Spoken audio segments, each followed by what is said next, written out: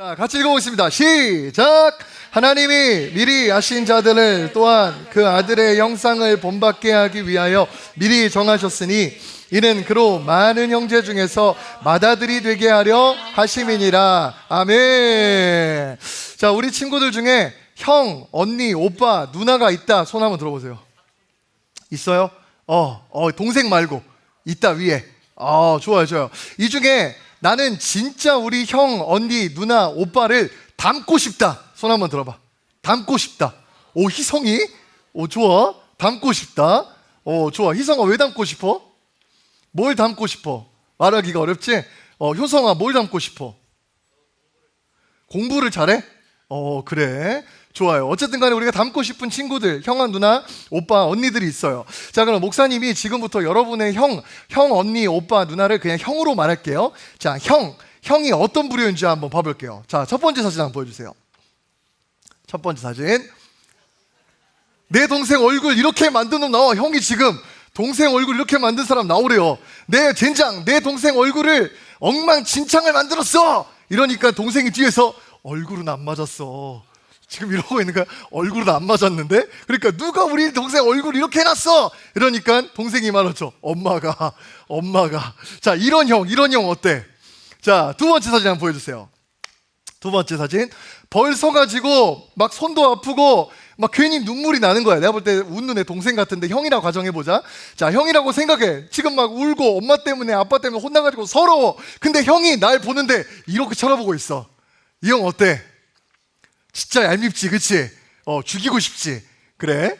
자, 좋아요. 그런데 자, 세 번째 마지막 형을 한번 보세요. 어때요? 아주 앙칼진 눈으로 뒤에 동생을 딱 세워두고 이렇게 말하죠. 내 동생 네가 때렸냐? 너냐고. 이렇게 말해요. 듬직하다, 안 듬직하다? 듬직하죠.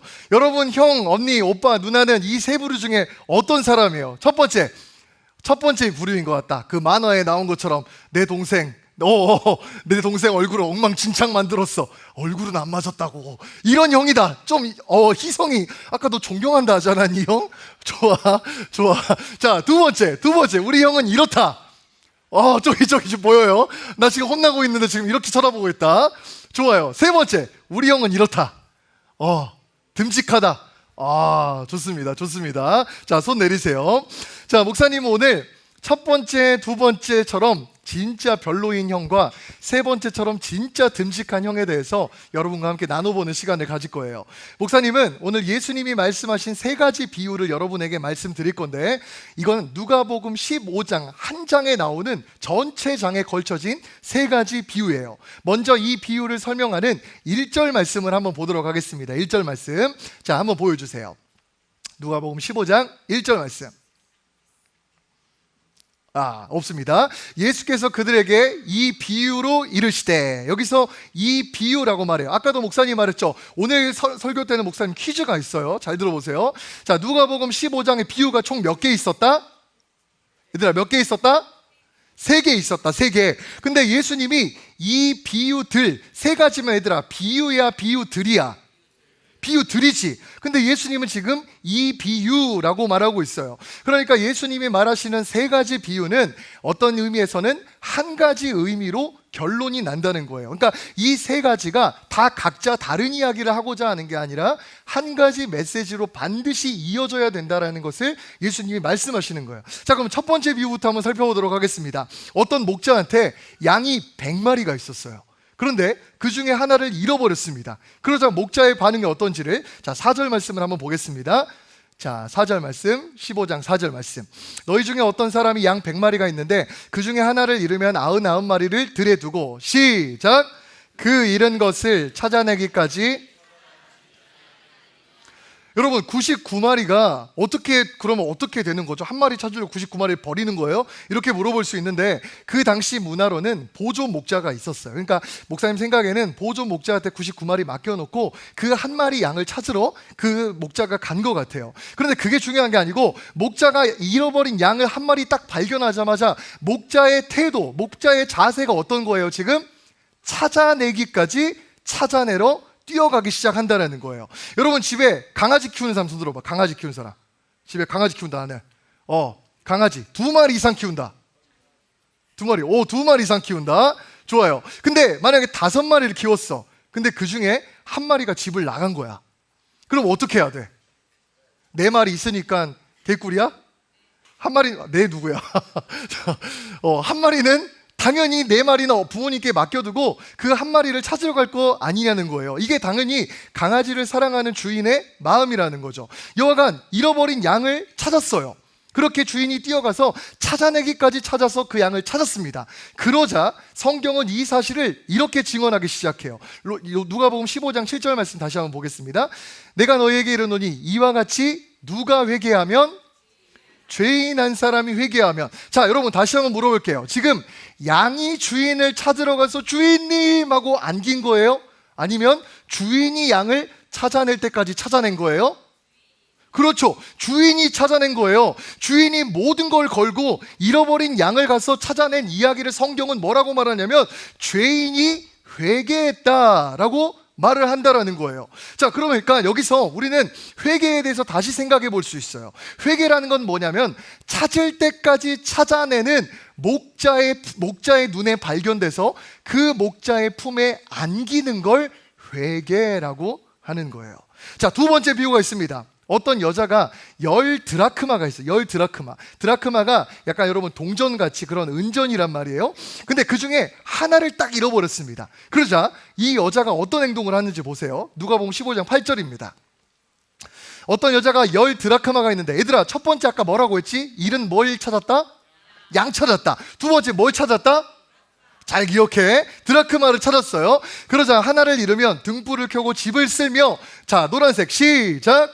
찾아내기까지 부지런히 찾지 아니하겠느냐. 여기서도 잃은 양과 같은 비유에 비슷한 전개가 지금 이루어지기 시작하는 거예요. 찾아내기까지 부지런히 찾는다라고 해요.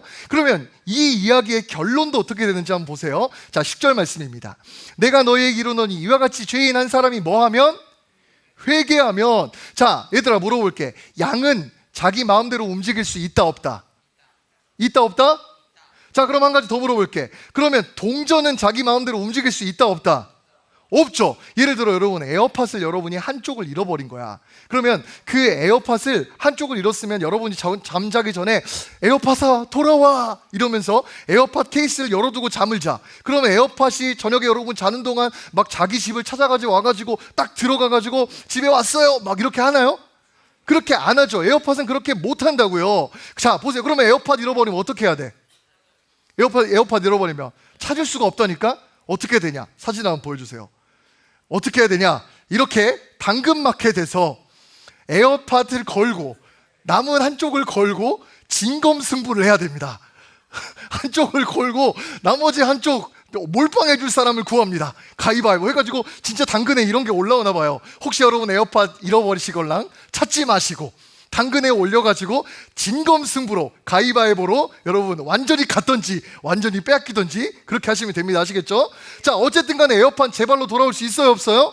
없어요. 드라크마라는 동전도 절대 자기 발로 움직여서 주인에게 갈 수 없다고요. 그런데 아무것도 안 하고 자기 주인에게 찾아가지도 못할 그 동전을 주인이 일방적으로 찾아내는데 성경은 그걸 회개라고 말한다니까요. 그러니까 여기서도 찾아내기까지 부지런히 찾아내시는 하나님께 발견돼서 그 하나님의 지갑에 내가 들어가는 걸 회개라고 성경은 말을 한다라는 거예요. 자, 퀴즈 내겠습니다. 퀴즈 한번 보여주세요. 자, 가장 먼저 손든 사람. 예슬이 1은 5, 4, 3, 2, 1 1은 양. 두 번째 드라크마. 정답 앞으로 오세요. 야, 우리 예슬에게 박수 한번 주세요. 드라크마라는 단어가 쉽지 않은 단어인데 축하드립니다. 박수 한번 주세요. 자, 이 두 가지가 결국은 하나의 메시지를 가지고 있어. 목자는 양을 찾아낼 때까지 찾아냈고, 드라크마는 어땠어? 주인이 드라크마를 찾아낼 때까지 부지런히 찾아다녔다는 거예요. 그래서 회개가 이루어졌다 성경은 말하고 있는 겁니다. 그렇다면 마지막 비유인 잃어버린 아들을 되찾는 이야기도 지금 첫 번째, 두 번째 이야기랑 똑같은 메시지가 되어야 한다는 거예요. 자, 그 이야기를 함께 들어가 보도록 하겠습니다. 여러분, 다음 주면 이제 어떤 날이 있죠? 우리에게? 어린이날은 그렇구나. 어린이날도 있구나. 그래, 어버이날 있죠. 어버이날. 자, 그럼 어버이날 나는 부모님께 감사의 편지 적는다. 손 들어보세요. 감사의 편지 적는다. 여기 지금 적는 친구들 꽤 있네요. 또 그에 반해서 불타는 효자들도 많이 있는 것 같아요. 자, 그러면 여러분 편지도 쓰고 이렇게 해야 되죠. 우리 중에 불타는 효자들 막 많이 있는 거 아니지? 자, 불타는 효자들 어떤지 한번 사진 한번 보여주세요. 아빠 언제 와요? 미세먼지 많으니까 숨 쉬지 말고 오세요. 이거 효자야 불효자야? 이거 효자야 불효자야? 자, 그리고 두 번째 속상한 사진이 하나 더 있습니다. 밑에 있습니다. 뭐라고 하냐, 이 군인이 엄마 밥보다 맛있어요. 엄마 밥보다. 이게 말이 됩니까 여러분? 기껏 군대 갔더니 기껏 한다는 소리가 엄마 밥보다 군대 밥이 맛있어요. 이렇게 말하는 정말 불타는 효자다, 그치? 근데 이런 불타는 효자보다 더 활활 불타는 효자가 한 명 있었으니 그 불효자가 누구냐? 오늘 바로 누가복음 15장에 등장하는 사람이에요. 이 아들이 뭐라고 말하냐면 아빠한테 이렇게 말한 거야. 아버지 어차피 나중에 죽을 거잖아. 죽을 거니까 나한테 죽기 전에 미리 유산 땡겨줘. 이렇게 말한 거예요. 여러분 이런 아들이 있을 수 있어요 없어요? 지금도 부모님의 유산을 부모님이 살아계신데 달라고 하기가 조금 어렵잖아요, 그렇죠?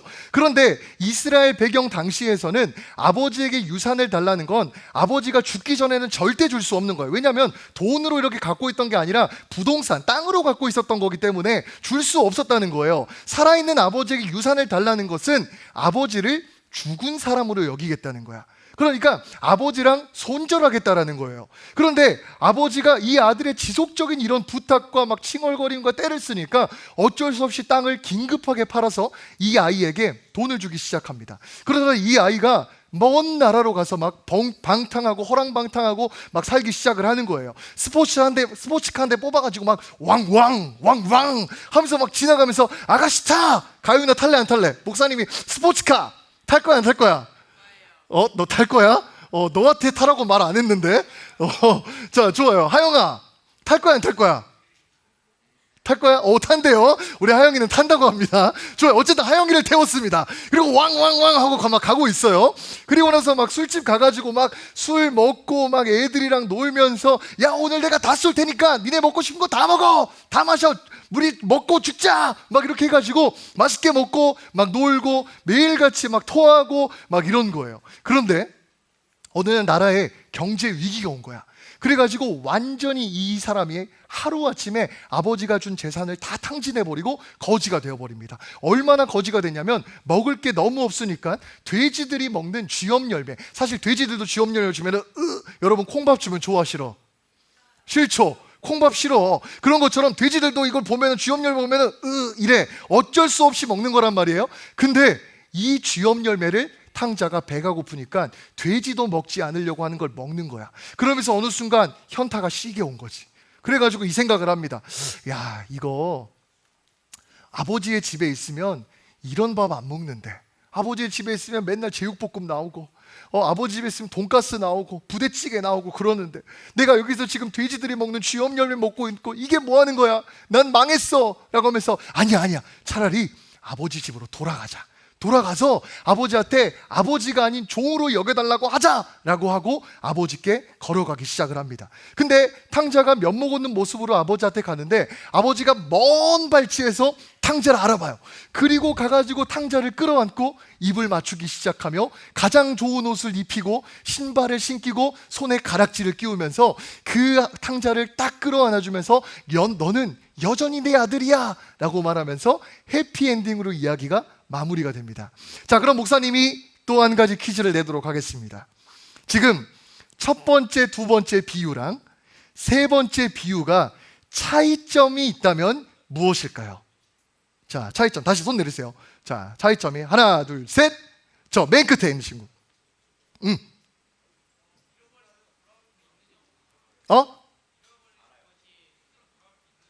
잃어버린 것이 스스로 돌아올 수 있느냐 없느냐 정답입니다. 앞으로 나오세요.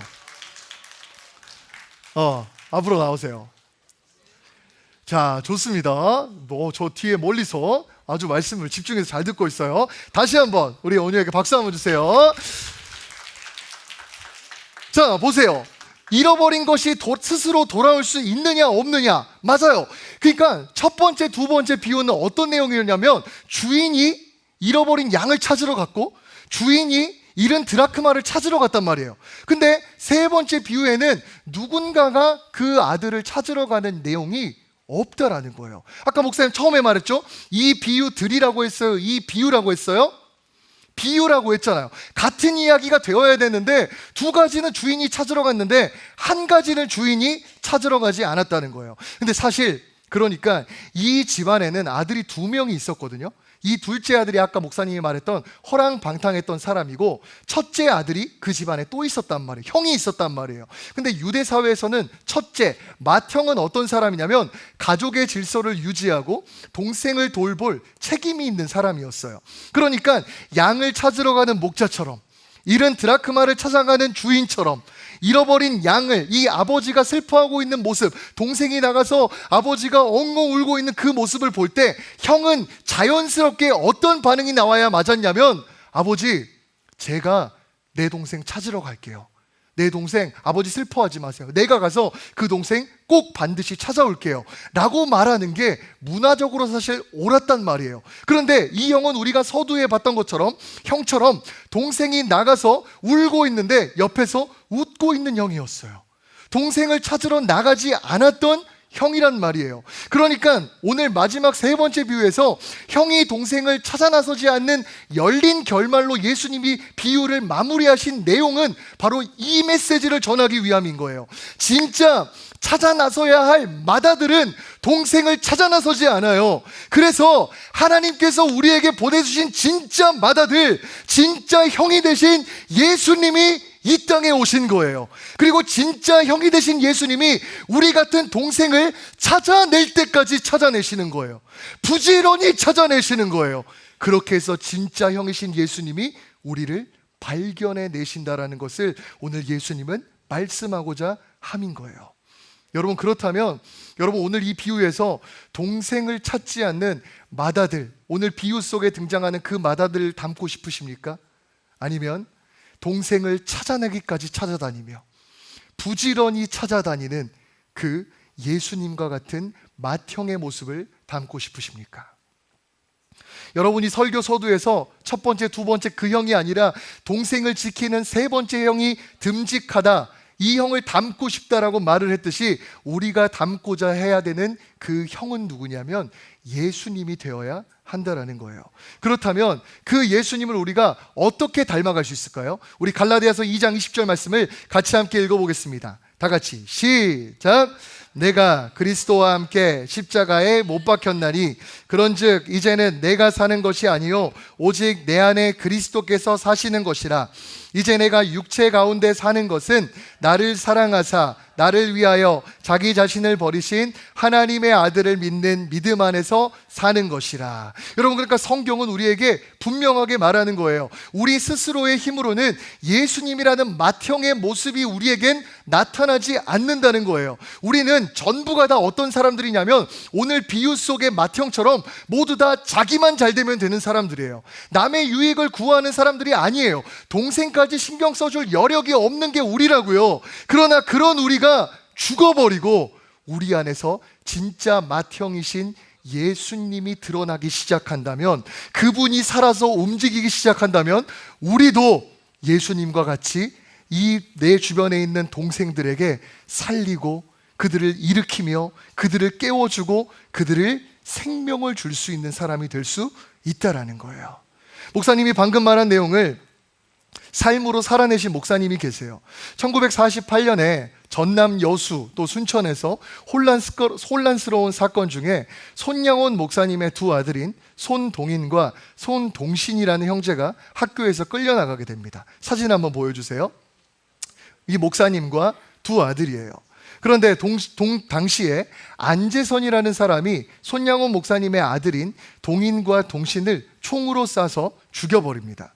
그래서 죽기 전에 동생 동신이가 우리 형을 좀 살려달라라고 말했고, 형 동인이는 동생을 살려달라라고 감싸다가 결국 그 두 형제가 안재선이라는 사람이 쏜 총에 의해서 둘 다 한날 한시에 생명을 생명이 죽게 되는 거예요. 얼마 후 상황이 바뀌어서 안재선이란 사람이 잡혔어요. 이 청년이 잡혔고 사형을 당할 위기에 놓이게 되어 있었습니다. 두 아들을 안재선의 손에 한꺼번에 잃은 손양원 목사님은 눈물로 기도하시면서 이런 결정을 내리기 시작해요. 재선이를 죽인다고 내 아들들이 살아나겠나? 저 청년도 사상에 속은 불쌍한 영혼이지. 내가 저 영혼을 구해서 하나님의 사람으로 만들어야겠다. 그리고 내 아들로 삼아야겠다. 그래서 당시 사형 목사님은 사형 집행 직전에 군 관계자에게 자신의 딸 손동희를 보냅니다. 그리고 나서 아버지는 딸에게 이렇게 부탁을 하는 거예요. 동희야, 재선이를 이제부터 오빠라 부르거라. 아버지가 아니면 누가 도대체 저 청년을 살릴 수 있겠니?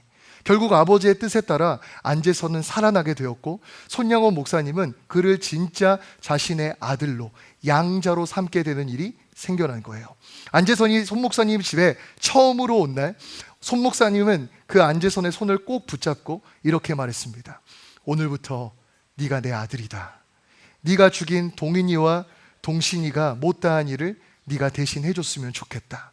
그리고 실제로 이 안재선은 손양원 목사님이 순교하신 후에도 가족들에게 도리를 다했고, 그리고 놀라운 점은 안재선의 아들이 실제로 목사님이 돼서 하나님 나라와 교회를 섬기는 사람이 되는 놀라운 일이 일어났습니다.